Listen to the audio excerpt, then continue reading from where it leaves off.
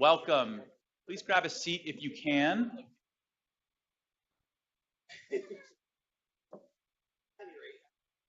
Okay.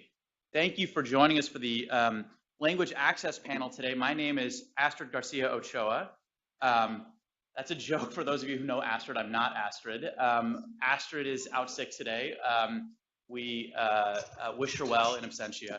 I'm Jonathan Stein. I am the head of the Voting Rights Program at an Asian American civil rights organization known as Asian Americans Advancing Justice Asian Law Caucus. We're here today with an esteemed panel to talk about language access from a diversity of perspectives. So we have on the panel today folks who represent the advocacy perspective, the community perspective. We also have a representative from the Secretary of State's office, and we have a representative from a county elections office. All people, despite coming at this issue from a diversity of perspectives, care deeply about expanding access to democracy and making sure that everyone has an opportunity to participate in California's elections. So let me do bios really quickly. Speaking first is Deanna Kitamura, the Voting Rights Project Director at Asian Americans Advancing Justice Los Angeles. That's our sister organization.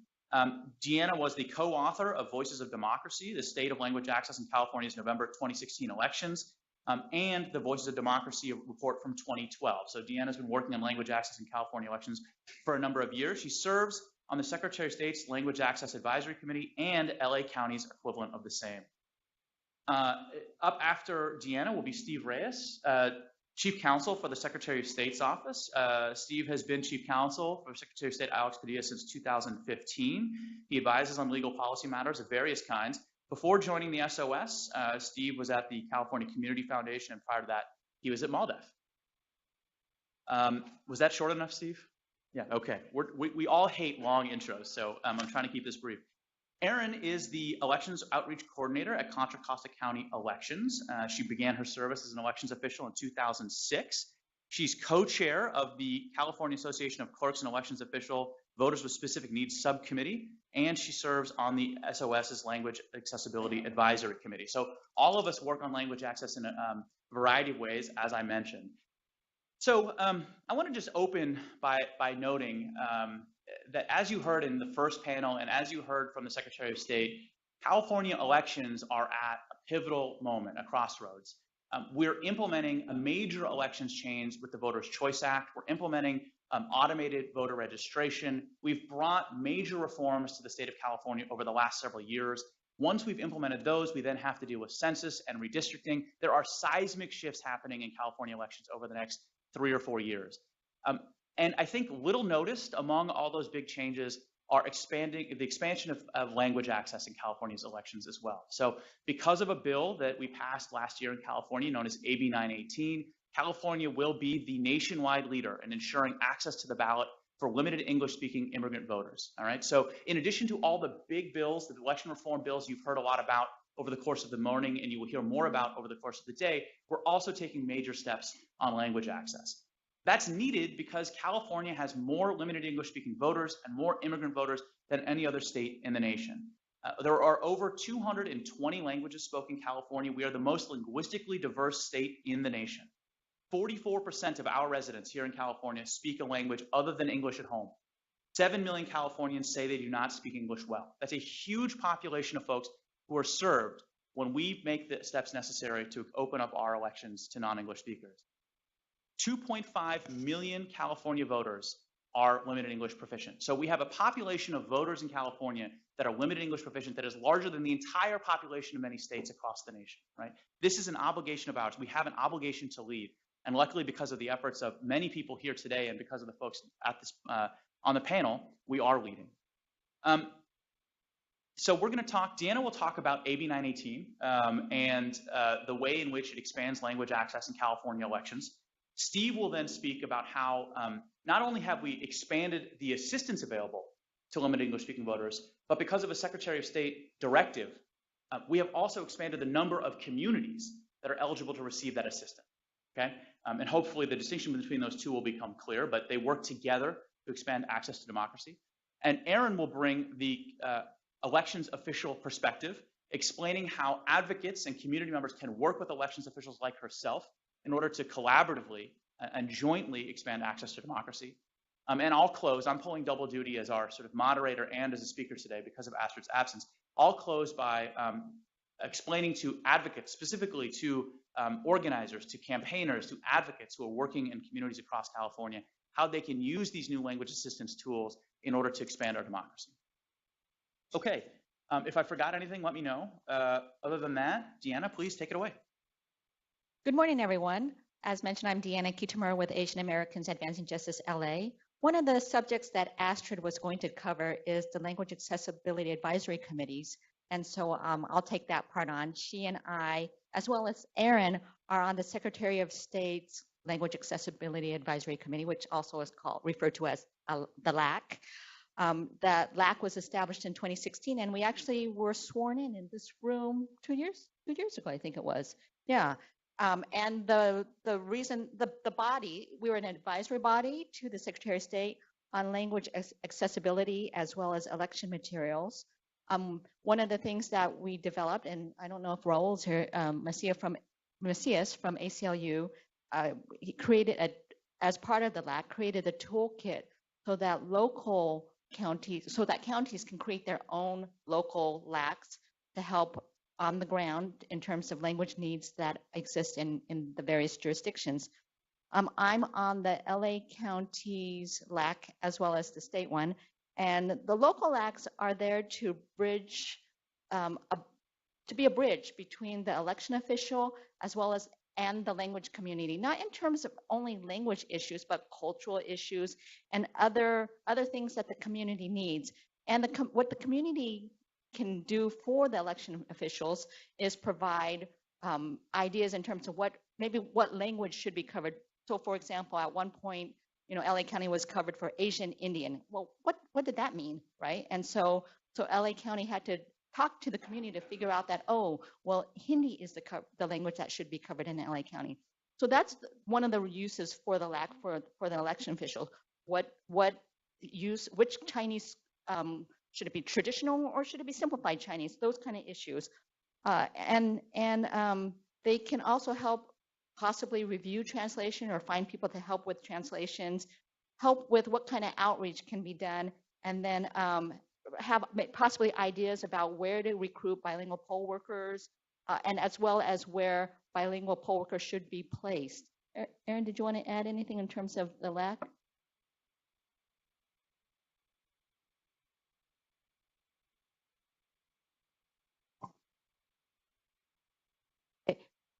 In terms of the LAC, the meetings are public meetings, so you can listen in. You can call in if for the state. If you go to the Secretary of State's website, they're listed there, the dates and times. So you're welcome to join and bring any concerns, issues, and also in terms of just encouraging to create your own LACs in your county.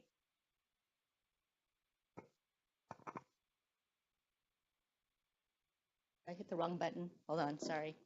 Okay, so as Jonathan mentioned, I'm here to talk about AB 918, the bill that increases the requirements in the state with regards to language access. And I feel maybe a little silly, or maybe kind of questioning why I'm here talking about this when it's actually Jonathan that spearheaded the work on AB 918, but here I am nonetheless. So Jonathan mentioned some of the statistic demographics in terms of the need in California for language access. And I'm not going to go through all the data here, but just giving a sense that, there is a huge need in California for voters to have the ability to vote in informed ballot. And often that means it needs to be translated, or that there needs to be bilingual poll workers. Here's a demographic that shows within the Asian American community that, it's not just a certain percentage in one community. It's varied. So you'll see that there's a high of 52% of limited English proficiency in the Vietnamese community, and some communities, smaller communities, may be even larger than that. But you can see that some communities have a great need. So that's based on census data where people say that they speak English less than very well. So we came up with a report on our poll monitoring. This is part of the information that I'm providing now is in the report that's on our website. And I guess we can find out from from FoCE organizers whether they're providing the materials. Oh, apparently yes. So the other thing that I wanted to stress is that not only is there this need, but we know that where language assistance is provided, it's actually used. So we do polling post-election, talking to actual voters. So we've asked them, do you use language assistance? Do you use the translated materials? And we see that it varies, right? So on average, 32% of LA County voters that are Asian Americans use some form of assistance. And that's up to 50% in the Korean American community. And we see similar numbers in the Vietnamese American community in Orange County. So, it's going to vary based on the community that's in your county, but where it exists, it's used. So that's not only that there's this big need, but it's actually used. And that's why one of the things we wanted to stress. So we do poll monitoring as I noted in terms of our report. And we found that languages, the materials that are required under federal law, for example, the actual translated ballot, there's actually good compliance in the counties for that. But you'll see that compliance in terms of the state law, which is not as robust, they're not as compliant. And oftentimes it's because the poll workers weren't trained. They didn't know that they were supposed to post what's called a facsimile ballot for voters to use. And so we were thinking about how to resolve this issue, not only in terms of how to make sure that there's improved awareness, but also that there's improved access. And so that's what the new the bill AB 918 was. That was the goal of AB 918. It was authored by Assemblymember Bonta, and there were a number of different organizations, many probably in this room, who actually supported it and sent letters of support, and we want to thank you for that. But let me just try to go through some very basics in terms of what the state law requires. So once a language group hits a certain targeted number, then that's when the requirement kicks in, and it's by precinct. And the basic part didn't change, and that is that there needs to be a facsimile ballot at the poll site. And what's a facsimile ballot? That's a strange concept, right? It's essentially a reference ballot. It's not votable, but it has to look like a ballot, so somebody can look at their actual ballot and compare it to this reference guide and be able to mark their ballot in an informed way. And so what the bill did, though, is try to, again, make sure that there's improved awareness, improved access. And so now, 14 days before an election, the election official has to post on their website that there are certain polling places that are required to have these reference ballots, and then there has to be some information in the voter information guide to let folks know that there is these facsimile ballots that are available. They're not going to list every single precinct, but there's a way for people to find out through the information guide as well as the website. What's also required now is that one thing that there's so many voters who vote by mail, right? But there was never a requirement. Oh, did I not hit it? That's the right one. Oh, so there's again a ton of vote by mail voters, but there was no requirement that they have access to these facsimile ballots. So only people who went to the polling place would ever get access to it. Now a vote by mail voter who lives in a precinct, who votes at a precinct that is covered, is able to call up the election official and say, can I please get a facsimile ballot to be able to use as a reference guide? And there are specific time frames, but we don't need to go into that. But the general idea is that now it's going to be accessible to vote by mail voters. Oops, hit too many. So now, and before, there's always been a requirement that the county take reasonable steps to recruit bilingual poll workers. But now the poll workers have to be trained that these ballots exist. So as I mentioned before, we would have poll monitors go in and say, hey, where's your facsimile ballot? They would say, what are you talking about? I don't know. This was not covered in our training, right? So now there has to be some training so that people know that it's available. And the county election website must provide information that a voter is able to bring an assister or a helper with them when voting in various languages. Okay, so as I mentioned before, they had to always post a facsimile. Election officials had to post facsimile ballots, but now not only do they have to post it, but they have to be able to have a ballot that's actually a facsimile ballot that people can take into the polling place with them to actually use as a reference. And then there needs to be more than just one if the population is 20% as opposed to just a 3% threshold. When it hits a higher threshold, let's just say.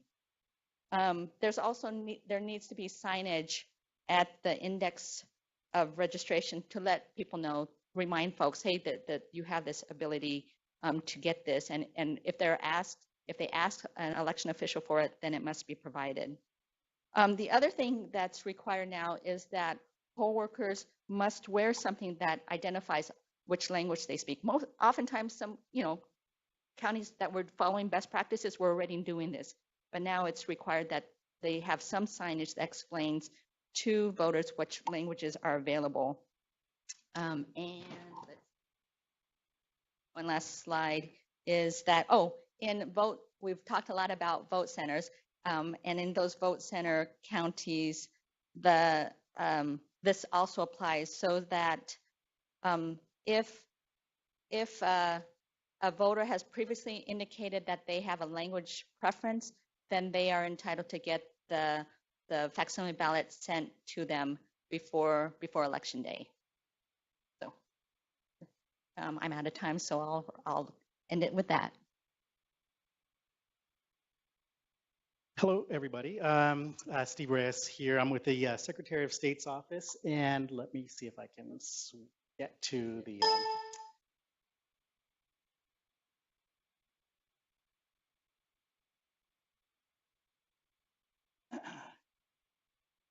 Great.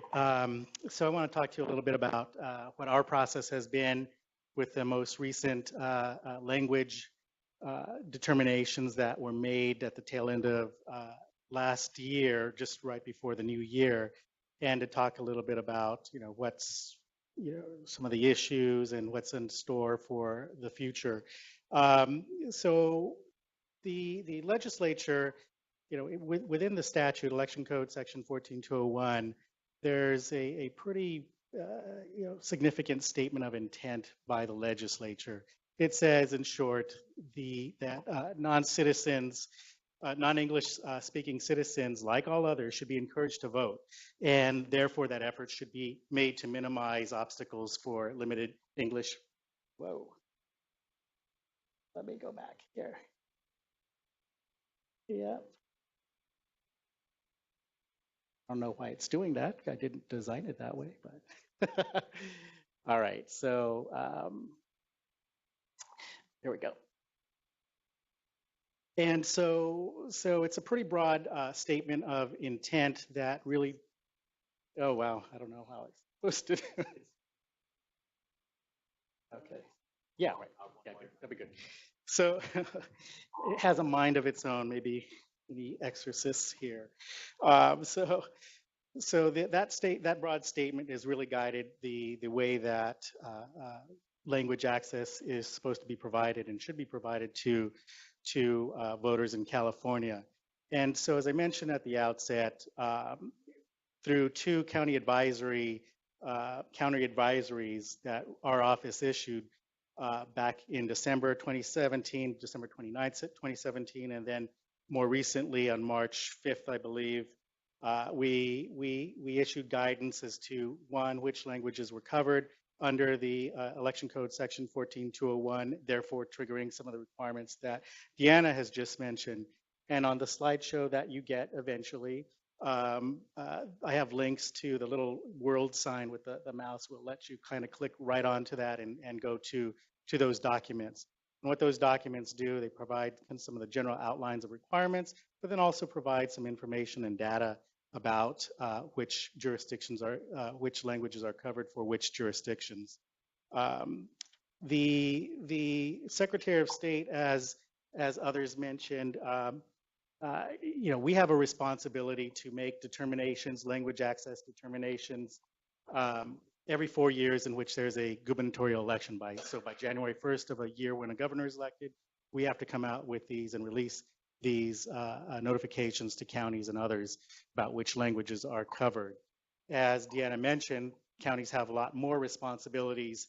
These are some of them, not all of them, and I won't go through all of them, but there's basic translation requirements of the ballots, of course, which makes copies of facsimile ballots, posting requirements in polling places to make sure that voters have access to and know that those materials are available, providing copies for voters to use at the voting booth as a reference when casting their own ballot.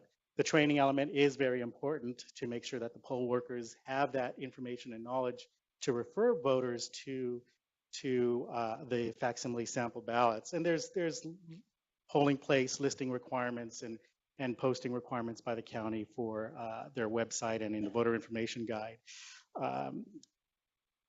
And I'll get a little bit more into some of the details of how we came up with some of the determinations, but let me switch to kind of what resulted. So some of the highlights for the languages that were included in our most recent determinations. And so you can see, 6 new languages were covered that had not been previously covered in California. And I've listed the various counties that each of those languages are required to be complied with by the counties, those language assistance services. So for Punjabi, you can see that most of them follow a swath along in the Central Valley, and is pretty significant and striking when you see this on a map. Same thing with Hmong language. It was really interesting to see that information come out, when we looked at the data. Next, let me just give you kind of an overview over some of the net gains and loss in terms of the types of languages counties are now required to provide. Some had kind of a zero net gain or loss. That doesn't mean that new languages, that may have meant that some languages were added and one may have dropped out that they had previous responsibilities for. And you can see on the spectrum, Fresno and Sonoma have the most new languages, and then Contra Costa dropped 3.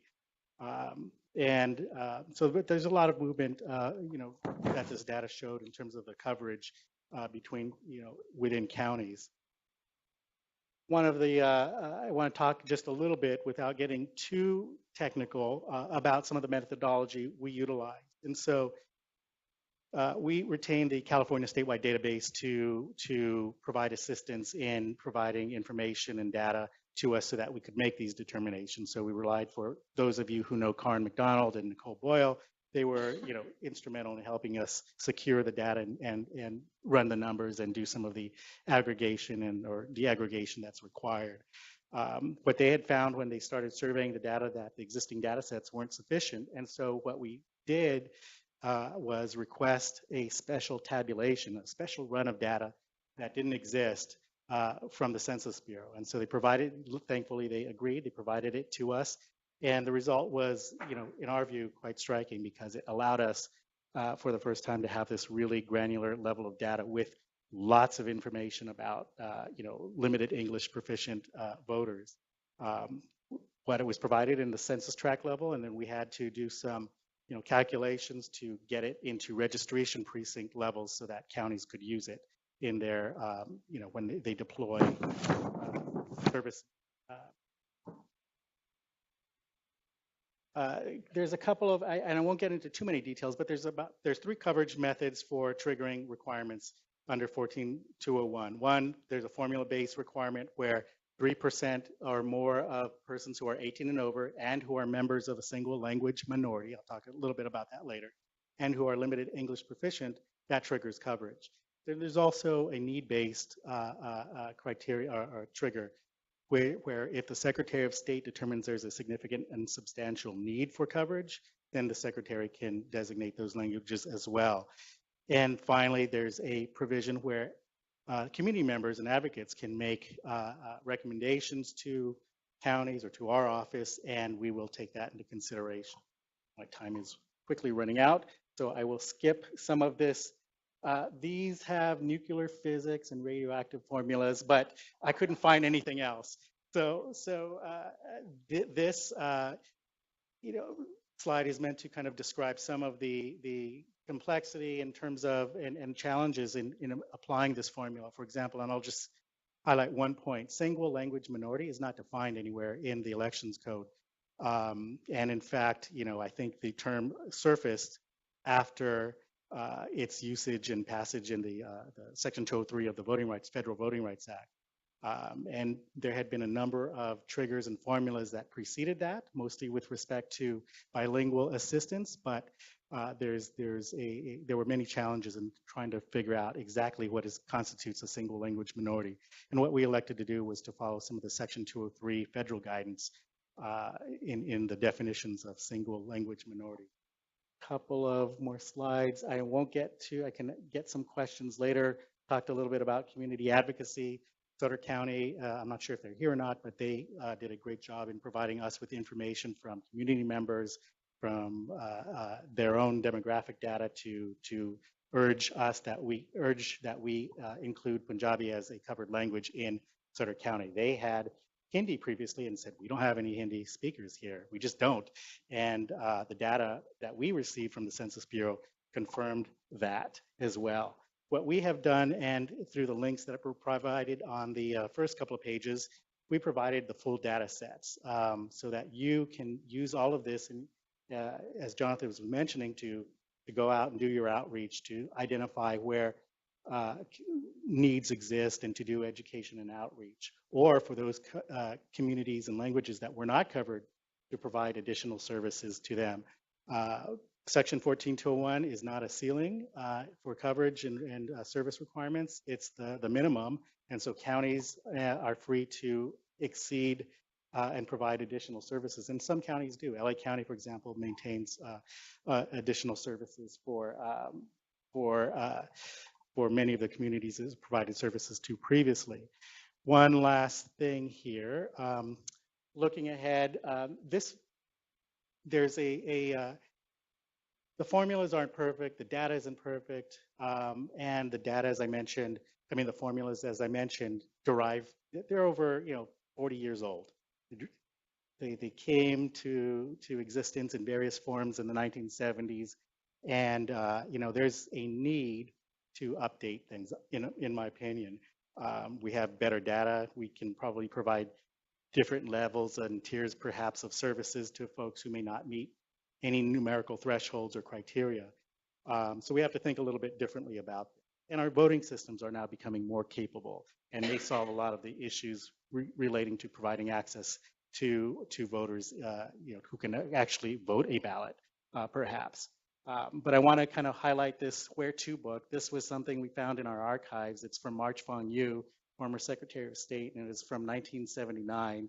And she undertook the challenge to try and provide guidance to elections officials about how to comply with some of these requirements. And so there are hand-drawn maps in there, circling blocks and areas of where they thought the services should be applied. And this includes, in some of those early discussions, there were some Samoan, Formosan, other languages that were highlighted as potentially needing services. So interesting stuff, and maybe we can make that available somehow through the website. It's a pretty interesting read and very, very helpful. So a lot of work to do in the future, but we're really glad we're able to provide extra language assistance services through the designations we made to those communities. And I think it'll be a game changer. Thank you.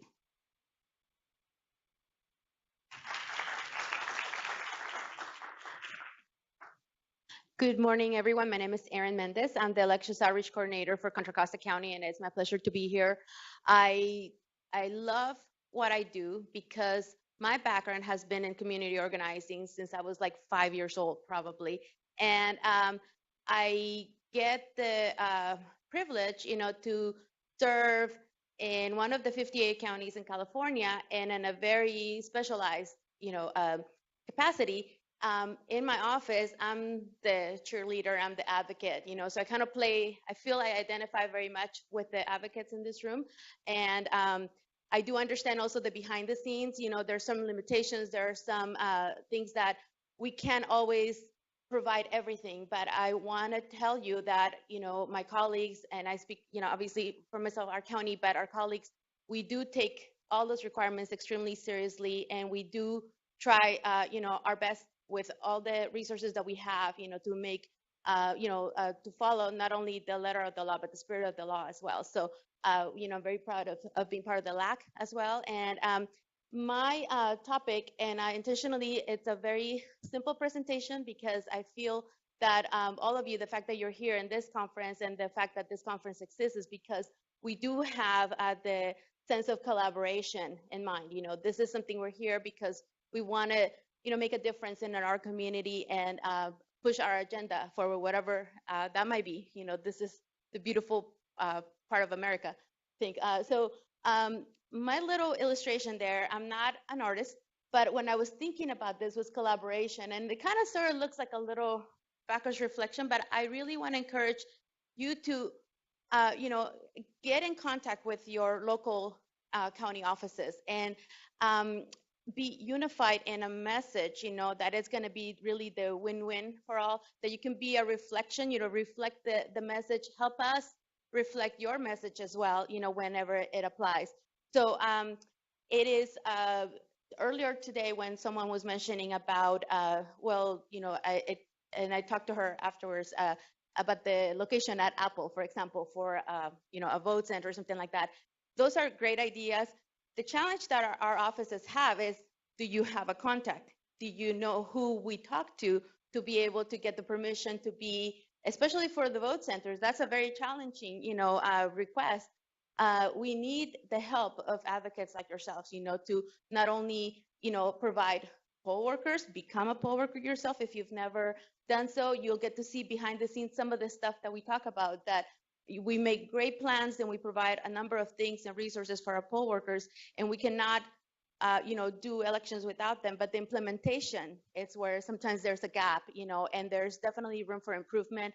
And as Secretary Padilla called out too, about, people who are interested in being observers, we welcome that, because in our county, we have done some, pre-election meetings with potential observers. We're open to answer questions ahead of time, so that whatever the concerns are, they might be better informed before election.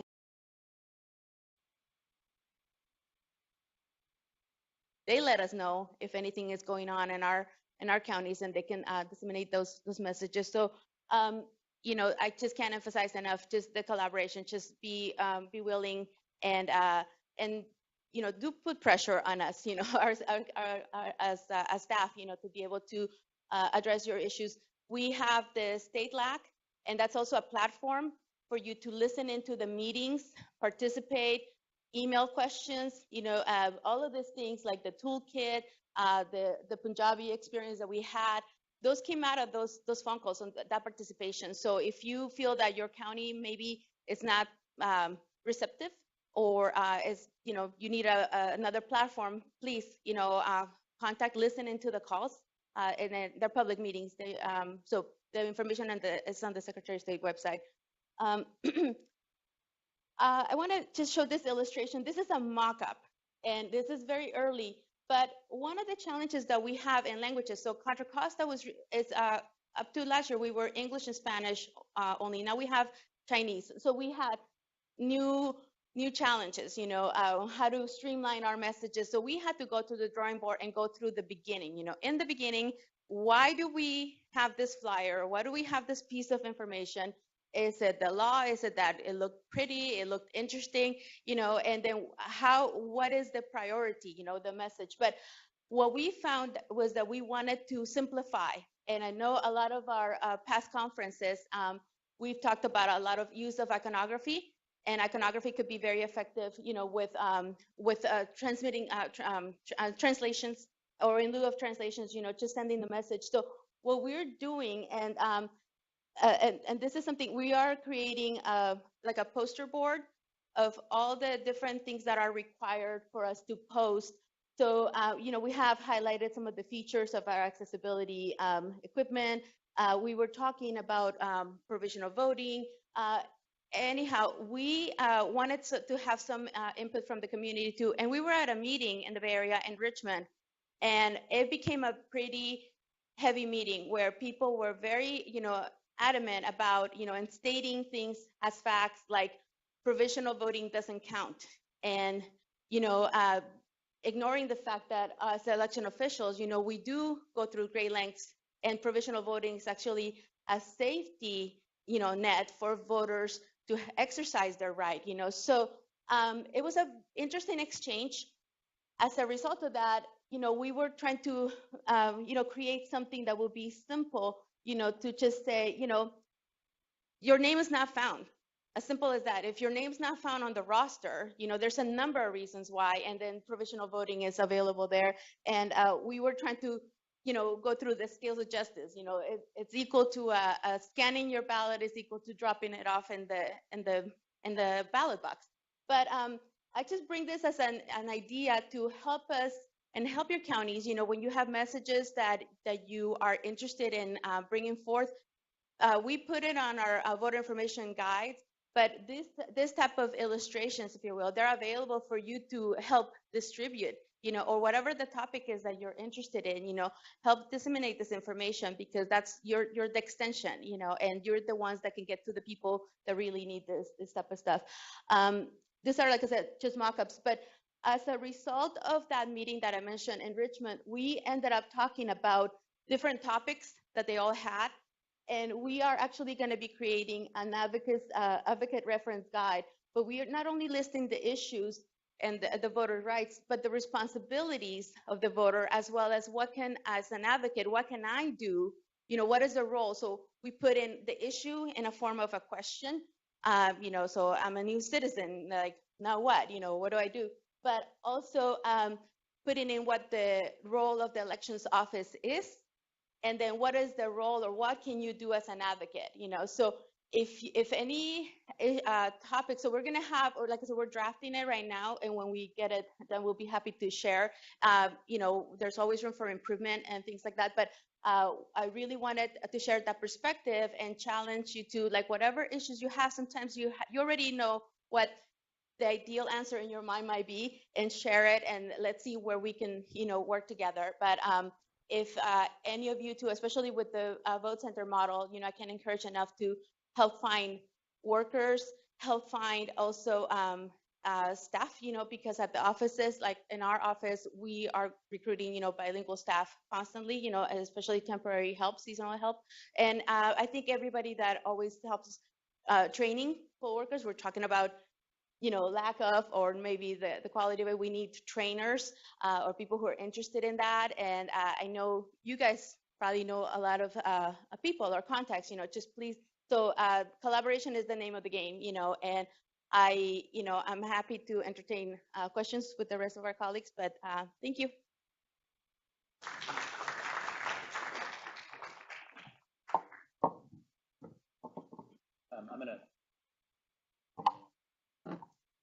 I'm going to move over to this side because I can see that half of the room.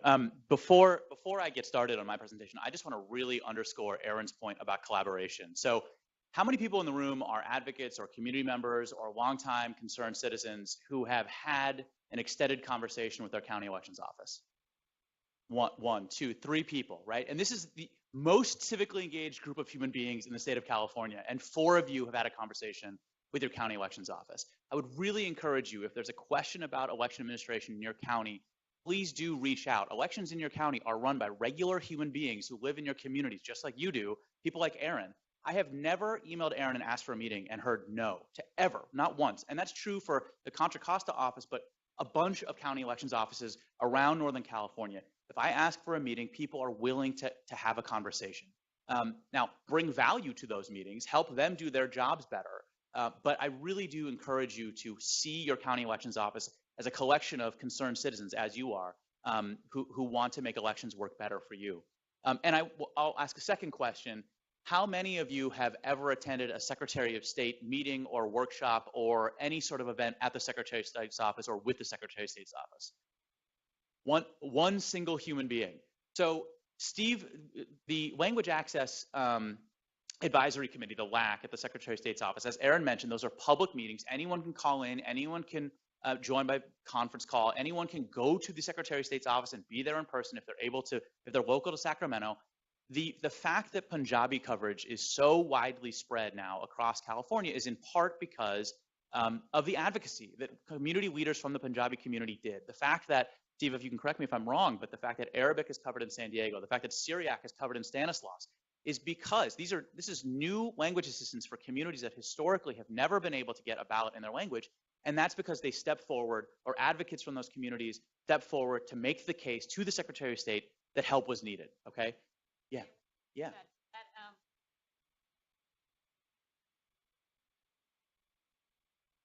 Part of the language accessibility advisory committee on the agenda, we always have a public comment period. And so people can raise issues. We can't make any decisions or recommendations if it's just part of the public comment period, but we can agendize it for the next meeting. And that's exactly what we did for the Punjabi. When Punjabi was raised, people raised concern. We said, we hear you, let's agendize it. And then they came for the next meeting, they came in and then they really made their case. Okay, and last thing before I begin. So we talked a lot about in Deanna and Steve's presentations about AB 918 and Section 14201, and I'm wondering if folks in the crowd understand the distinction between the expansion of language assistance that's available under state law and the expansion of the communities that can receive that assistance. Do people by a show of hands, do people feel as though they need additional clarity on how those two things are separate things? Sure, some people, Steve. Okay, so just very, very quickly, AB 918, previously the Elections Code said if you're a small language community, you get a translated ballot posted on the wall of your polling place that you can't vote on, it's just posted on the wall of your polling place, and your elections office has to make reasonable efforts to recruit a bilingual poll worker that speaks your language. AB 918 said, no, that's not good enough. We're going to require elections officials to do more. So those translated ballots are more widely available. There's translated signage. There's translated name tabs for bilingual poll workers. There's translated material online. There's translated material in your sample ballot, and so on and so on. Okay, that's what AB 918 did.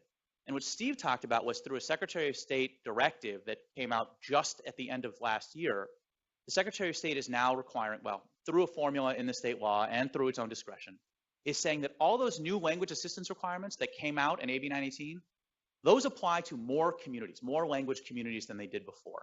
And I'm going to talk more about that, okay? So I hope that's clear. I hope that's useful to you. Yeah, Steve, you got it? Okay, you're good? Okay, very, very good.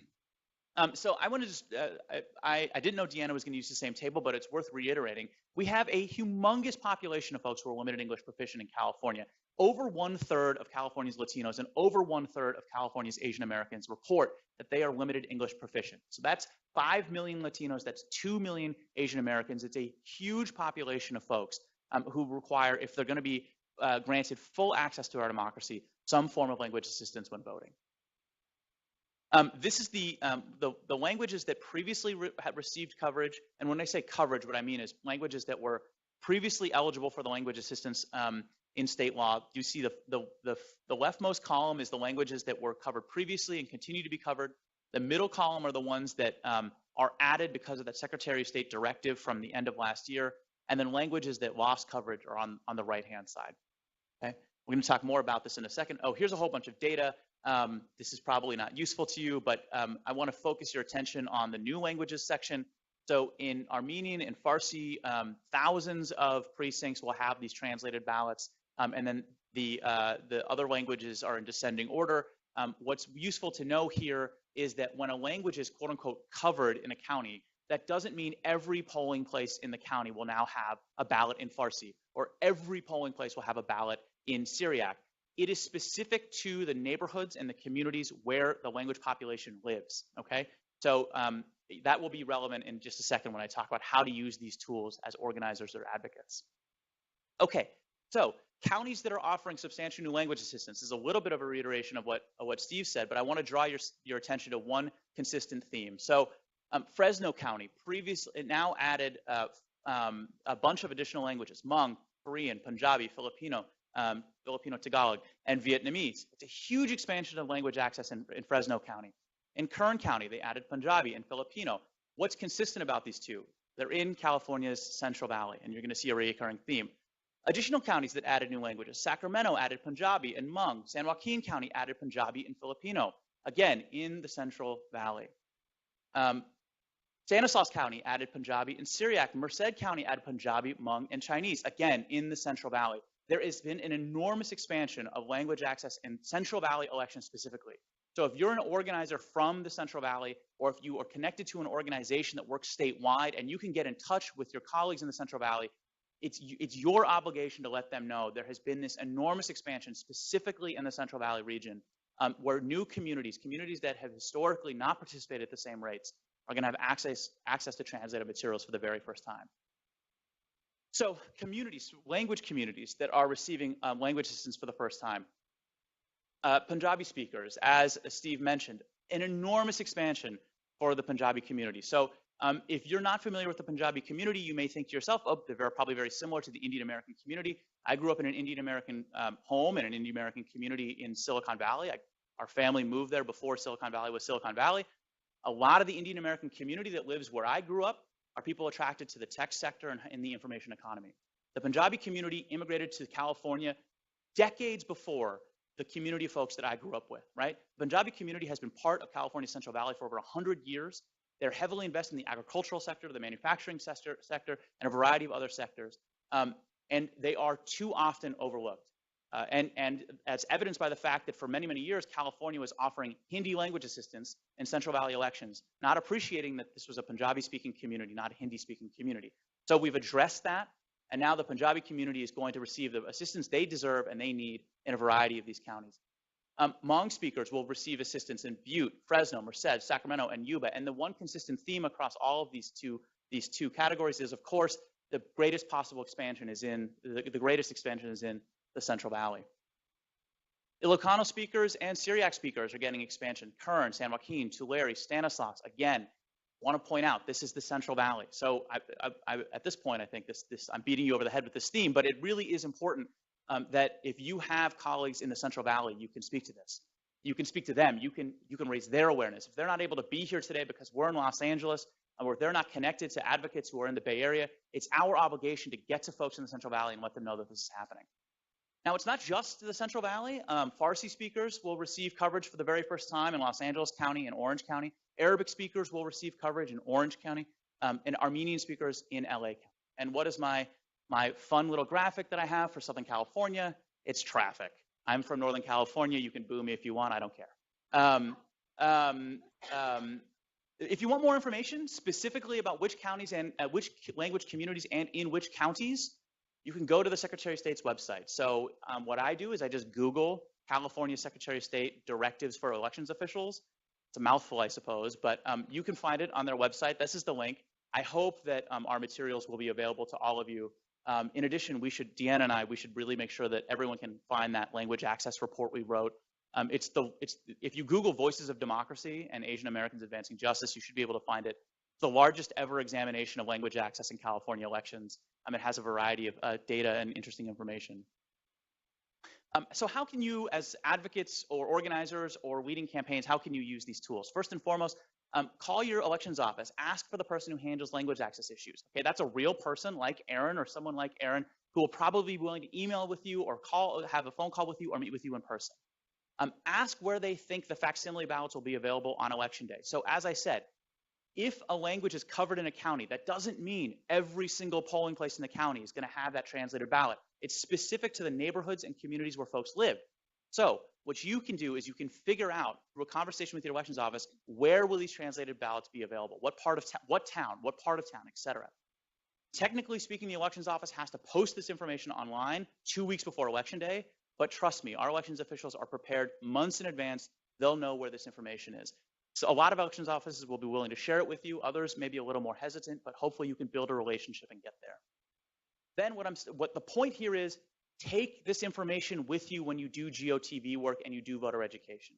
So if you're working in a community that will have, for the very first time, Arabic language ballots, and you're trying to do GOTV work or you're trying to do voter registration work at the mosque, the masjid, or at an Islamic community center, go with that information you need to say, hey, listen, in these communities, in these neighborhoods, in these towns, we will have Arabic language ballots for the very first time. If you look in your sample ballot, there will be Arabic language instructions for the very first time. If you go online, there will be Arabic language info for the very first time, okay? So go into your work armed with the information about where this stuff is available.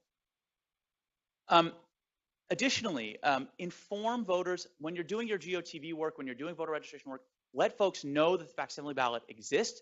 So again, this is one of the most civically engaged group of human beings in the state of California. How many of you knew what a facsimile ballot was before today's conversation? Okay, how many of you who are not elections officials knew what a facsimile ballot was? Okay, like 4 or 5 of you, all right?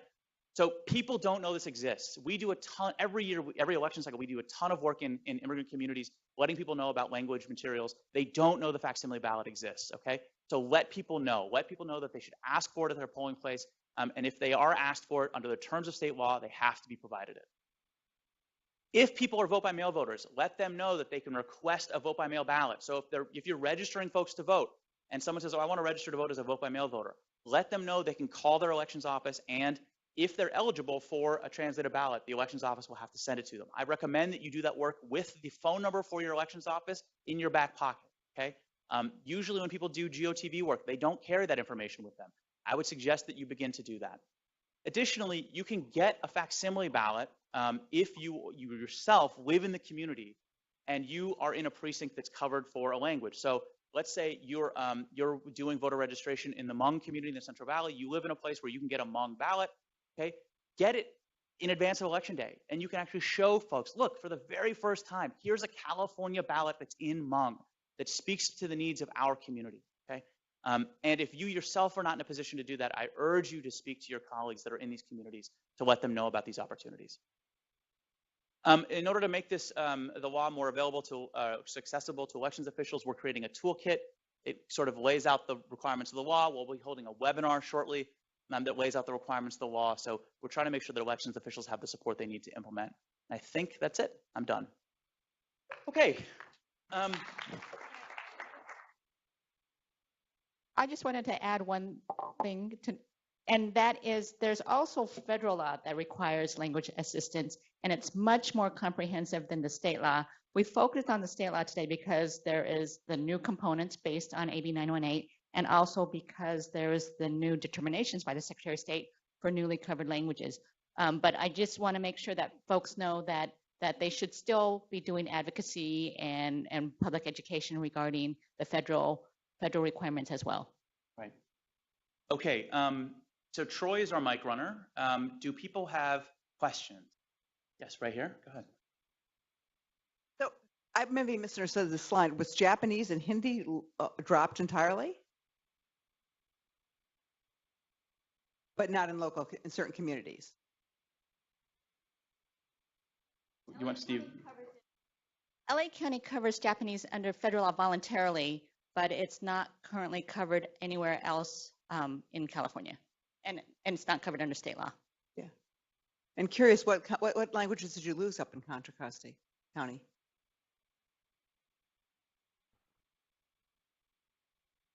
For the state law, we had Hindi and I'm trying to think because we had 7 and now we're down to 3. I'm only focusing on we had Japanese, we had Hindi. No, we didn't have Thai. I'm so into 2018 right now, which is the 3 that we have. Okay. No, I have it. Thank you. Contra Costa County. Oh, no, I don't have it. Oh, I do have it. Sorry. Contra Costa previously had Spanish Section 203 covered Chinese, Filipino Tagalog, Japanese, Korean, Vietnamese, and Hindi.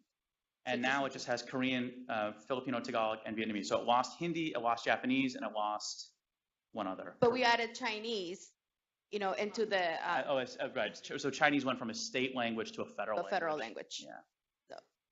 So. Yeah, I feel like, so here, folks, this is what the state law determinations looked like previously, and this is what they look like now. I literally carry these around with me everywhere I go. These are the new ones that explain what languages are covered in which counties and how many precincts each language is covered for, right? So, for example, in Alameda County, Korean is covered in 49 precincts, In Contra Costa County, Korean is covered in 13 precincts, right? So there's a lot of valuable information in this, and this is what you find at the link that I had in my PowerPoint presentation.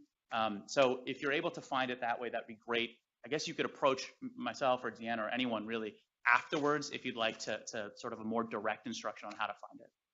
Let's go to Amor, would be great. Troy in the back. Hello, everyone. Just wanted to ask the sustainability of these programs, or especially for the state. For the federal, there are coordinators that are hired to do this job, but for the state ones, for us to make sure, and for the community to make sure, is you need to hire somebody that knows that language that can provide it to the community. How do you, in looking forward and moving forward, how do you want us to sustain this if you don't have somebody that is a paid staff, that we only serve this during the election? And for me, looking at this and working in the elections office in San Diego County, you need to have a staff that's solely devoted for these to be consistent with continuity with that program. Do you want to take it? Yeah, I couldn't agree more. You know, we not only need poll workers, and many of our poll workers end up being seasonal workers, you know, that help us with training, maybe being available to train, or especially for a poll worker who maybe is their first time, you know, working as a volunteer on election day. It could be quite intimidating, you know. Sometimes having some availability from staff or other volunteers to help clarify the rules and the expectations, those are very powerful. I know San Diego County used to do a Spanish, you know, language training too. So, but just come to us. We not only need the seasonal workers, which in turn, you know, as we look at budgets and everything, could become, you know, permanent positions too. But it's a difficult challenge. So that's, you know, yes, I agree, and we need more.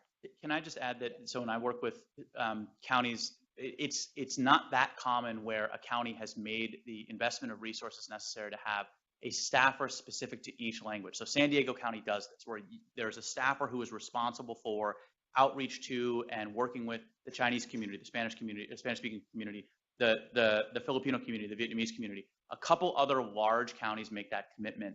A lot of the smaller counties don't have the resources for that. And so let's say they're covered for Spanish, Chinese, and Vietnamese. And what the best the county can say is, well, we have Spanish-speaking staff here, and if anyone calls with a question, we can direct them to that person. And we have a part-time worker who speaks Cantonese, and so if someone calls, we can maybe direct them to that person. And it's the best that they can do. And it really is a best practice to do what San Diego County does, where there's an investment of resources in having someone who speaks each language, who doesn't just speak that language, but is responsible for maintaining engagement with that community. And I don't know if, Amor, you have anything you want to add to that and the impact it can have when you do it well. Yes, when you do the law, add fiscal impact with that. With any laws that is passed, can they also add the fiscal impact or how much money that program needed? Example for AB 918, to make sure that program is not just implemented, but you have resources behind it, staff behind it that can work it. I don't know if that can be possible. Yeah. Yeah, go ahead. Hi, I'm from San Mateo County, so we're implementing the VCA this year. I was just wondering if you could address how the VCA is going to impact these rules around language access. Right, so all the requirements of AB 918 that apply to polling places also apply to vote centers. One of the main purposes of the Voters' Choice Act is that you can walk into any vote center in your county and you can find your ballot and you can vote. You no longer have to go to the polling place closest to your home, right? Well, in the same spirit, you should be able to walk into any vote center, and if you want a facsimile ballot, you should be able to get it, assuming that a facsimile ballot specific to your precinct is being made by the county elections office. So that's complex, but what I mean by that is these facsimile ballot requirements don't apply at the countywide level. So if you're a resident of San Mateo County, and let's see here, okay, here's a great example. In San Mateo County, there's a very large Filipino American population in the North County area, Daly City, South San Francisco, and so on, right? So what that means is that 129 precincts in presumably North San Mateo County are covered for Filipino Tagalog. So if you're a resident of one of those, if you're a resident of Daly City, for example, and your precinct is covered, that would mean that you should be able to go into any vote center in the county, give your address, have your specific ballot printed, and be able to say, do you have a Filipino or Tagalog language facsimile ballot? And they should be able to find that and provide it to you. So you have your English ballot to vote on and you have your reference ballot. Now, by contrast, because these state law requirements apply at the precinct level, the neighborhood level, they don't apply countywide. If you're a Filipino Tagalog speaker and you're from the city of San Mateo, and San Mateo is not covered, right? You can walk into a vote center and you can say, hi, this is my address. They'll print your ballot for you, and you'll say, I'd like a Tagalog language facsimile ballot, and they'll say, we're sorry, you don't live in a precinct that's covered for Filipino Tagalog, and as a result, we don't have one available to you, okay? So that's what happens with the federal language requirements, and I know this is complicated, but the federal language requirements apply to the entire county. So if the federal law says, all right, Contra Costa County, you're covered for Spanish, and you're covered for Chinese, every single polling place has to have everything in Spanish and everything in Chinese. But if the state law says, hey, Contra Costa County, you have 10 precincts covered for Vietnamese, only the residents of those 10 precincts can get the Vietnamese facsimile ballot. Does that all make sense to everyone? Okay, I'm seeing nodding heads, so that's good. But it is a lower form of assistance under state law. It is not as robust as the federal law. Okay, yes, over here.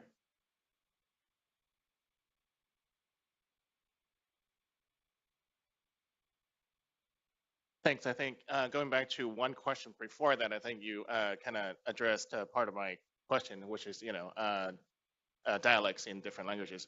And also the other, in addition to that too, I wonder if you could address, the differences in, say, specifics in, in the difference in the writing for that specific language, namely, for example, simplify versus traditional Chinese when you provide that kind of stuff.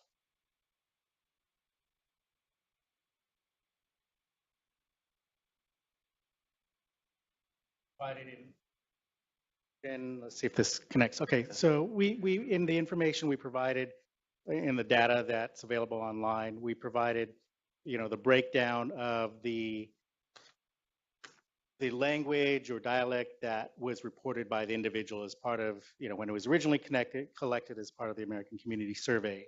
And so it may, say say just Chinese, it may say Mandarin, it may say something else, and the same thing for other sort of languages. So we've included that information, in that data set. So we'll say, all right, and identify the number of precincts, and the raw data itself still specifies the specific, precincts for each of those reported languages or dialects.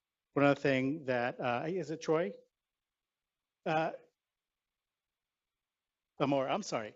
Amor, he was on a call with us a few weeks ago, months ago now, I think, talking about some of the nuances of, Tagalog and Ilocano and what might, where there might be overlap or where there might not be overlap. Same thing with Chinese languages, and some of the jurisdictions, can look at that and hopefully in consultation with their LACs and other advisory groups can start making decisions on how to best satisfy those requirements for those communities. And it's not going to be the same for everybody else, and I think that's, part of the work that needs to be put into some of this.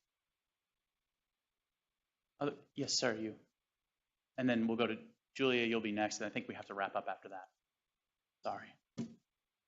Thank you for the dense presentation. I think Dense coming is a good into a word for it. language-oriented session means people like to talk fast too, and it was really good for me. As a technologist, I'm appalled that facsimile ballots are not available to anyone that needs them. I think that needs to change soon, and the state should take a lead. It's not that, it's hard, but it's certainly within sight. Our company does something different. Clark County, Las Vegas, the voters will be going to the polls this June. They'll be greeted by a screen about the size of an iPad, going to ask them English, Espanol, Filipino, Tagalog. How do you pronounce Tagalog? Filipino or Tagalog, yeah. It's going to ask them that, and then it's going to lead them through the check-in process in the chosen language. It's also, we're on the verge of having this available for Section 508 accessible check-in as well, which would include having those languages available to voters who are blind or otherwise needing assistance.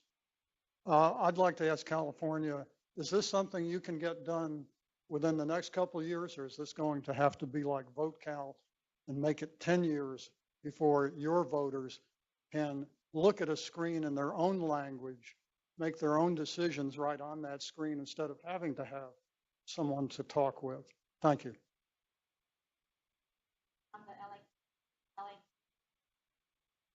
Oh, yeah, just. Oh. I'm on the LA County.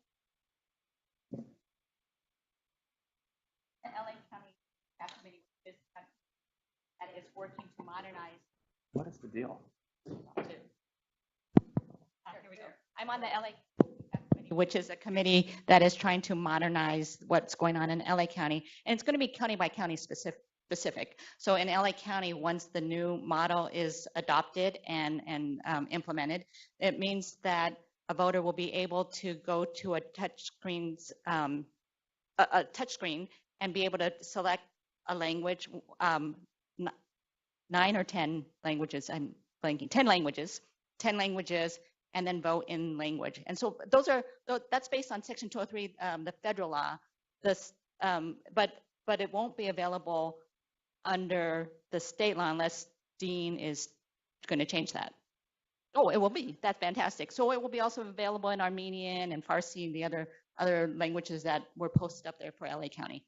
And I guess Eren can talk about her county. Steve, do you have anything you want to add on this question?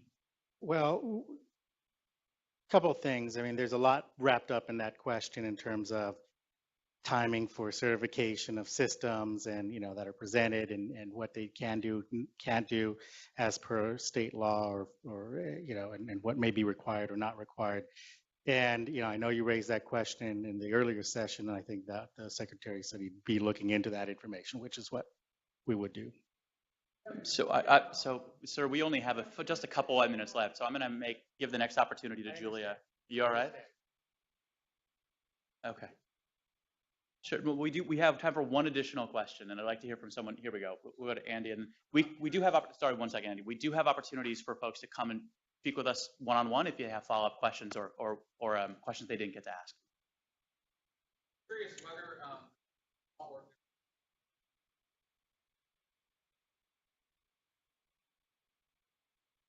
created into the characters of the particular language as well. Because facsimile ballot will be entire language of except for the actual names of the candidates, which happen to still be in Latin letters, which makes the entire purpose of the transliteration or translation pointless. Do you have a comment on this? That hasn't been addressed specifically, but the LAC that's something that the LAC. So here's what I would say. I've seen counties that do it both ways. I have seen facsimile ballots from counties that do transliterate candidate names into the native language, and it really underscores that elections offices are often thirsty for native speakers in their community who want to consult with them on things. So very frequently, I get requests from elections offices saying, hey, do you know a Punjabi speaker in our county? Do you know a Vietnamese speaker in our county? Do you know a Hmong speaker in our county? Because they want to vet materials with native speakers before they put them into circulation. And I've been given the opportunity, even though I don't speak Chinese, for example, I've been shown Chinese facsimile ballots that elections offices prepared saying, can you find someone to run this by? Because we'd like input on it before we put it into the universe, right? So this is just another way of pitching Eren's idea of collaboration, of reaching out to your elections office and seeing if you have a unique set of skills that they can use and perhaps they've been looking for, but haven't been able to find. So best practice that is acceptable, but it just seems like it wouldn't be common sense to require that the most important thing on the ballot, which is individual names, translated for the voter to understand. So we're out of time. Dean, do you have a comment you want to add as a?